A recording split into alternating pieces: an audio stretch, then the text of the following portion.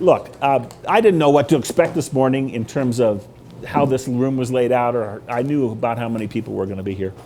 The subject I suggested to talk about today, and you asked me to talk about, thank you, is a big one. 5 steps to starting your successful business, or 5 steps to building a successful business, or a valuable business.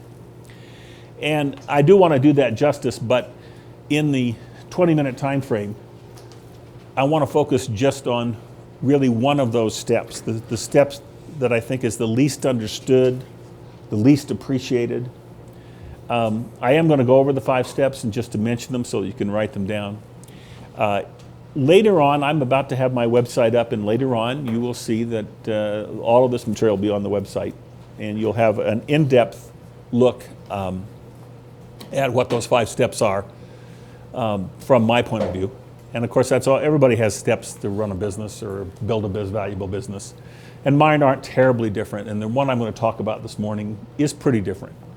How many of you have heard about or ever read Michael Gerber's The E-Myth? Anybody? Heard of it.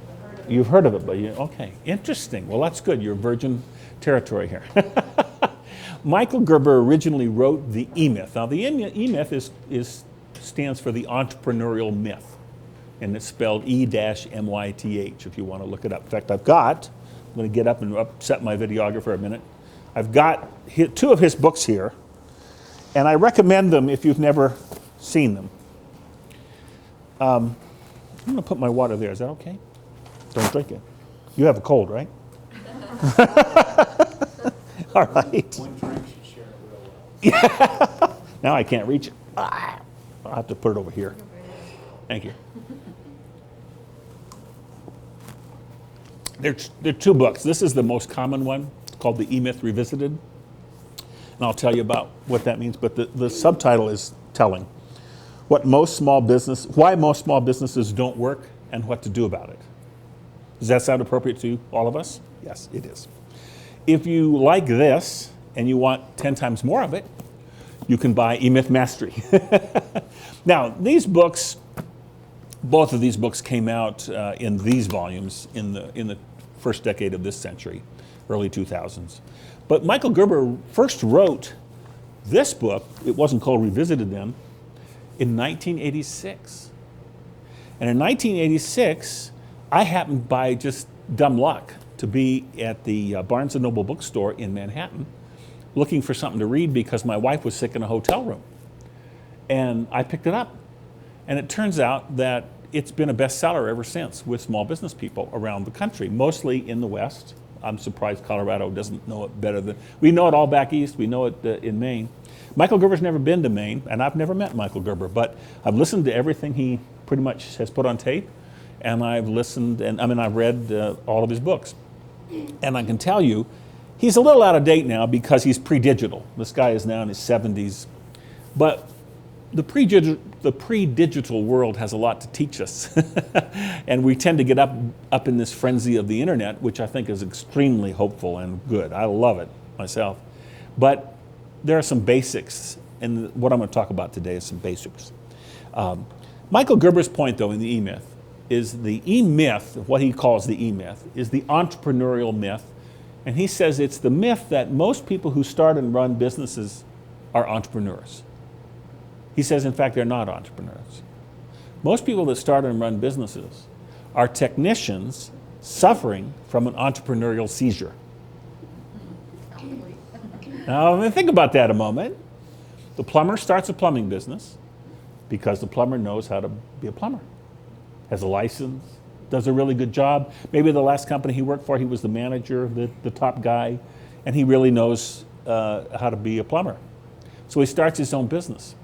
The problem is he knows how to work in the business, but he doesn't know how to work on the business. He knows how to do the daily tasks of plumbing, but he doesn't know how to manage a truck fleet. He doesn't know how to keep the books. He doesn't know how to promote himself. He doesn't know how to manage a crew, and so he doesn't hire a crew. So he works really, really hard. He runs his truck around a lot, and suddenly his 40-hour week that he used to have at the company that he used to work for is now an 80-hour week, and everything is wrong. And we all know that story, I think. I mean, that's a common story of small business. You've got 3 businesses. That's too many, you know. Actually, one business could be one too many as well. Blood for punishment. Yeah, It's well- all self-inflicted. Well, the good news is that the accounting and stuff could be centralized. That's the good part. But those are, I've forgotten the 3 businesses you have. You have the roofing, Commercial Yeah, development. right. I have horse stables, stables, and roofing company, roofing company, and and then I'm a land developer and I build office yeah. condos. And the problem with those 3 businesses is that they don't go together. Well, the land company and the roofing company could go together, but the stables, that means that there's 3 different markets and 3 different, everything is different. The systems are different. That's not good. You need to have some counseling, but that's all right.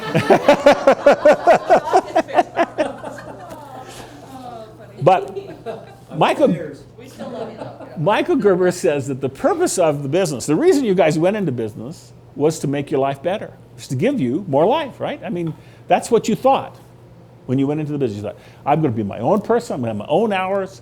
This is going to be great. And it's supposed to give you more life, but in our society, and this is really true today, especially with all the interconnected stuff, when you have your cell phone when you're building and you get interrupted every 5 minutes because somebody's calling you about another job,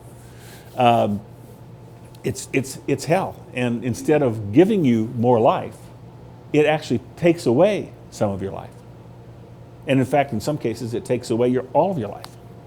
And nobody knows that better than all your spouses and your people you have relationships with that you used to have relationships with that you don't have good relationships with anymore. Well, I learned that 30 years ago actually before I read Gerber, because I did exactly what you did. I was an independent business broker, and I thought, I'm really good at this, so I'm going to start my own business brokerage firm. Now, I did run it for 30 years, and 30 years it became successful and big, but wow, for a lot of years it didn't, and I worked 24/7 and pretty much ruined a lot of the relationships in my life because I was working too hard, vacation too little.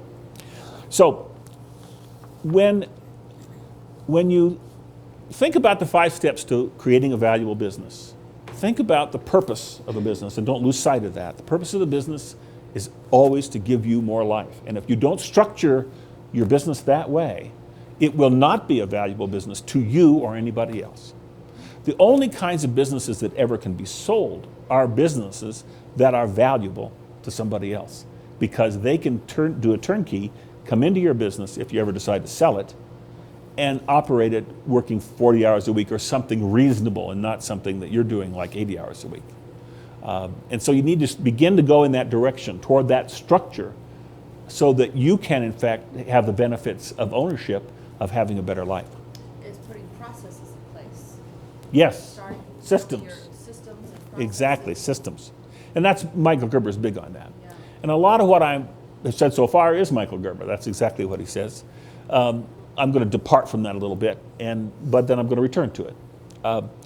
The steps of building a business, and this may come as a surprise to some of you. It won't come as a surprise to a realtor, and it won't come as a surprise to others of you. I'm not sure which ones it won't come as a surprise to, but the first thing you need to do is to choose your market.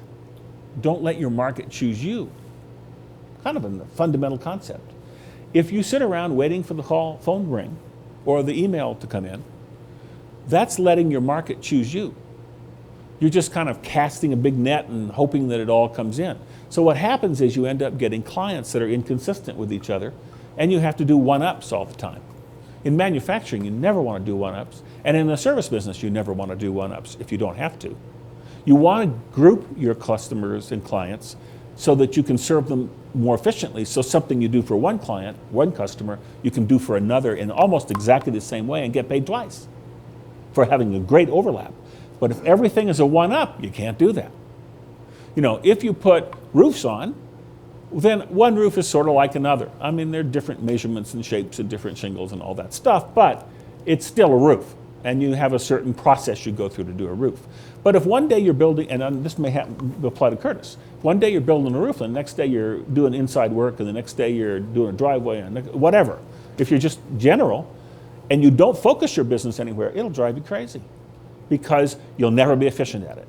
I call that the shotgun and rifle attack. Yeah, it's the difference between shotgun or a rifle. You gotta focus, right? I agree.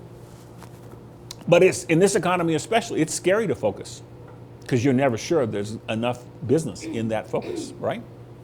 If you just focus on roofs, there might be the year nobody builds a roof. You know, so Curtis's idea, probably being more general, might work better in this economy than it would in a prosperous economy. Who knows? The second step is I'm going to come back to this because this is the one that's hard to understand. It's the one that most people call your marketing differential or what makes you special. And I call it your promise. Develop your promise. So the first step is choose your market. Don't let it choose you. The second step, and we could talk all day just about that. The second step is develop your promise. And I'll discuss that at length if I have any time left. My watch is moving around on my wrist here for some reason. I'm losing weight, Blake. Yeah, I got some time. The third step, I'm going to skip back the promise for a minute. The third step is to create systems. The third step is going to be real familiar to realtors particularly. You need to create systems to generate leads. The fourth step is to create systems to convert those leads to sales. And the last step is to create client customer fulfillment systems to deliver your promise to your customers or clients. Now, that sounds real familiar if you've ever gone to a real estate course in how to build a business. Yeah, we get the leads, we convert the leads to sales, and then we fulfill our promise by selling their house or whatever. Okay. Those are the last three steps are the steps you can find a lot of literature about. And if you have any trouble finding a lot of stuff about those steps, contact me directly. I'll pass out my business cards. I think they're in my briefcase. I'll have them available at the end. But you do all those steps, those 5 steps. Choose your market, develop your promise, create systems to generate leads, create leads, systems to convert leads to sales, and create client customer fulfillment systems to deliver the promise. You do those 5 steps because you want to build a valuable business. And just since I don't know if I mentioned I'm a business appraiser, but I have been, and I still am a credentialed certified business appraiser. And what makes a valuable business besides profit? If you don't make any profit, then it's not a valuable business, period. And that means a fair wage for the owner. So if you're not even making a fair wage yet in your business, and that happens to all small business people at some time, then your business doesn't have much value. It's worth the stuff you have in the truck, the stuff you have in the office, it's worth that, but not much more. And that's usually discounted heavily if you're not making money. It's 10 cents on the dollar or whatever. Think about the factors that make a valuable business. To an outsider coming in, actually to you too, as it's valuable to you, because it's interesting and attractive work. So if it's not interesting and attractive work to outsiders, it's going to be hard to sell. And it's not interesting and attractive work to you, you're being a masochist to run it. I mean, something's got to be fun about this. The second thing is you have to develop, to have a value, you have to develop a market position that's somewhat strong. So in addition to attractive and interesting work, it has to have a strong market position if possible. If you can be the only people in town that do what you do, that's great. Or if you can just be profitable at what you do, that's a strong market position. It has to have an appropriate location. If it's out of your home, that's problematic because that means no matter who buys it from you, you got to move it. It's also problematic for you and the quality of life if your business is in the middle of your home. But for most small businesses, it is, and more so actually now with the internet. It has to have working systems, and that's where these books come in real handy because Michael Gerber really loves systems.